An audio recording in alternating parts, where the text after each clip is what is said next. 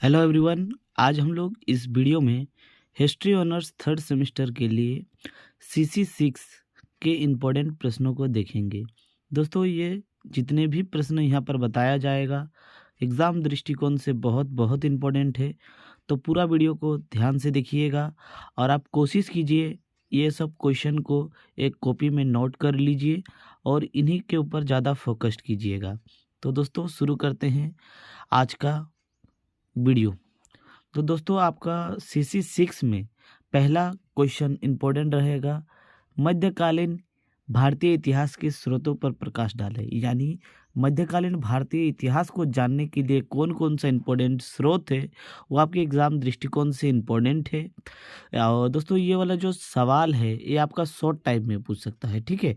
ये आपका long type सवाल नहीं बनेगा, यानी 5 मार्क्स के लिए ये सवाल पूछा जा सकता है, ठीक है।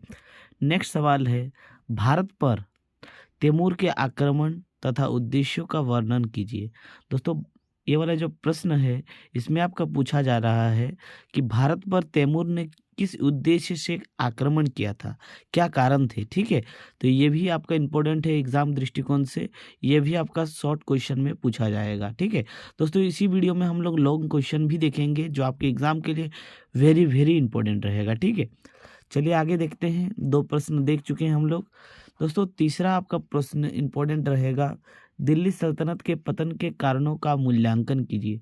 ये भी आपका एग्जाम दृष्टिकोण से इम्पोर्टेंट रहेगा।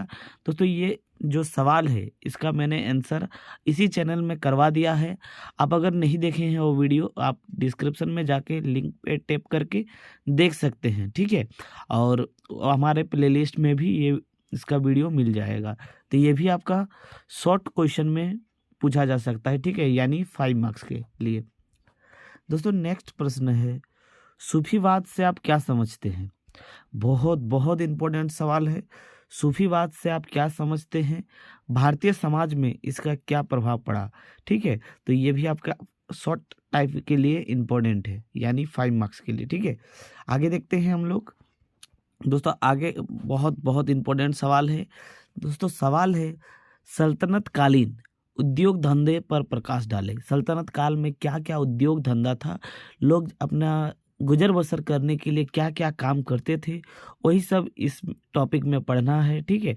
तो ये वाला टॉपिक को आप लोग जरूर पढ़िएगा, ये भी एग्जाम दृष्टिकोण से इम्पोर्टेंट है। दोस्तों, next question very very important है। दोस्तों, सवाल है, कुतुबुद्दीन ऐबक की समस्याओं और उनकी उपलब्धियों का वर्णन करें। तो ये सवाल भी आपको करवाया गया है और इसका भी लिंक मैं डिस्क्रिप्शन में दे दूंगा। और ये भी आपके एग्ज़ाम के लिए बहुत बहुत इंपॉर्टेंट है, स्पेशली ये शॉर्ट टाइप के लिए, ठीक है, 5 मार्क्स के लिए। चलिए आगे देखते हैं। दोस्तों, जितने भी रेड यानी रेड इंक में लिखा गया है ये आपके 20 मार्क्स के लिए इम्पोर्टेंट है, ठीक है। तो ये जो प्रश्न है आपके 20 मार्क्स के लिए, यानी लॉन्ग टाइप क्वेश्चन के लिए इम्पोर्टेंट है। दोस्तों, प्रश्न है, विजयनगर साम्राज्य का एक संक्षिप्त विवरण प्रस्तुत करें।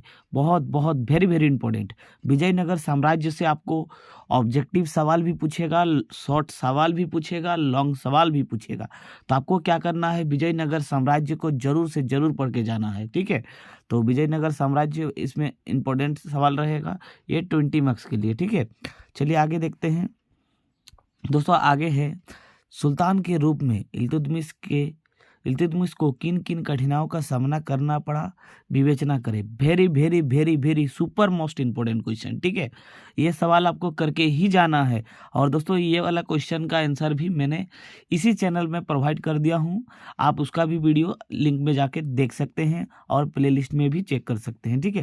दोस्तों, ये भी आपका 20 मार्क्स के लिए, मतलब जितने भी रेडिंग से लिखा गया है सब के सब 20 मार्क्स के लिए ही है, ठीक है। बहुत बहुत इंपॉर्टेंट सवाल है।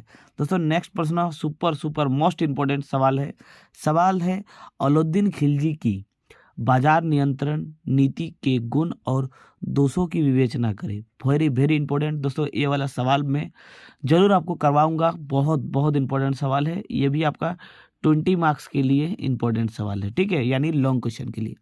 दोस्तों, आगे चलते हैं। आगे है वेरी वेरी इंपॉर्टेंट सवाल, अलाउद्दीन खिलजी के शासन प्रबंध का वर्णन करें, ठीक है। तो इसका शासन प्रबंध का आपको लिखना है, कैसे कैसे उसका प्रशासनिक व्यवस्था, ठीक है, यहाँ पर थोड़ा मिस्टेक हो गया है, प्रशासनिक व्यवस्था का लिखना है। मतलब क्वेश्चन है अलाउद्दीन खिलजी के प्रशासनिक व्यवस्था का वर्णन करें। बहुत बहुत इंपॉर्टेंट सवाल है, ठीक है, ये भी आपका 5 मार्क्स के लिए पूछा जा सकता है, ठीक है। चलिए आगे देखते हैं। आगे ये सवाल super most important, very very important, ठीक है। तो दोस्तों सवाल क्या है, मोहम्मद बिन तुगलक के विभिन्न योजनाओं का वर्णन कीजिए तथा उसकी सफलताओं के कारणों पर प्रकाश डालें। तो मोहम्मद बिन तुगलक कहा जाता है कि दिल्ली सल्तनत का सबसे ज़्यादा शिक्षित शासक था, ठीक है, लेकिन इतने ज़्यादा शिक्षित होने के बावजूद भी वो अपना मतलब क्या शासनकाल क्यों नहीं सफल बना पाया, क्योंकि बहुत सारे गलती किया था। वो गलती क्या क्या क्या है इस टॉपिक में आपको पढ़ना है, ठीक है। तो चलिए आगे देखते हैं दोस्तों। आगे है एक इम्पोर्टेंट प्रश्न, सल्तनत कालीन प्रशासन व्यवस्था। तो दोस्तों यही है सल्तनत कालीन, वहाँ पर अलाउद्दीन का प्रशासनिक व्यवस्था पढ़ना है, यहाँ पर सल्तनत कालीन प्रशासनिक व्यवस्था पढ़ना है। दोनों में डिफरेंस है दोस्तों, याद रखिएगा। अगर आपको एक को याद करेंगे तो आप दूसरा भी लिख पाएंगे, ठीक है। तो ये भी आपका शॉर्ट टाइप के लिए इंपॉर्टेंट रहेगा दोस्तों। आज आपका लास्ट क्वेश्चन जो इम्पोर्टेंट रहेगा वो है, भक्ति आंदोलन से आप क्या समझते हैं? मध्यकालीन भारतीय समाज एवं संस्कृति पर इसके पड़ने वाले प्रभावों का वर्णन कीजिए। बहुत बहुत बहुत इंपॉर्टेंट सवाल है। तो दोस्तों जितने भी आपको लाल स्याही वाला क्वेश्चन देखने को मिला, इसको आप जरूर याद कीजिएगा, जरूर पढ़ के जाइएगा। ये सवाल ऐसे सवाल है जो आपका 20 मार्क्स में भी अगर नहीं पूछा बाई चांसली, ठीक है, तो कम से कम शॉर्ट टाइप में 100% आएगा। इसी में आपका पूरा का पूरा सिलेबस कवर हो जाएगा। आप ज़्यादा मत भटकिए, ठीक है।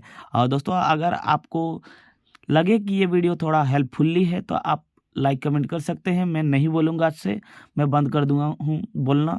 चलिए वीडियो एंड करते हैं, मिलते हैं नेक्स्ट वीडियो में, तब तक के लिए जय हिंद।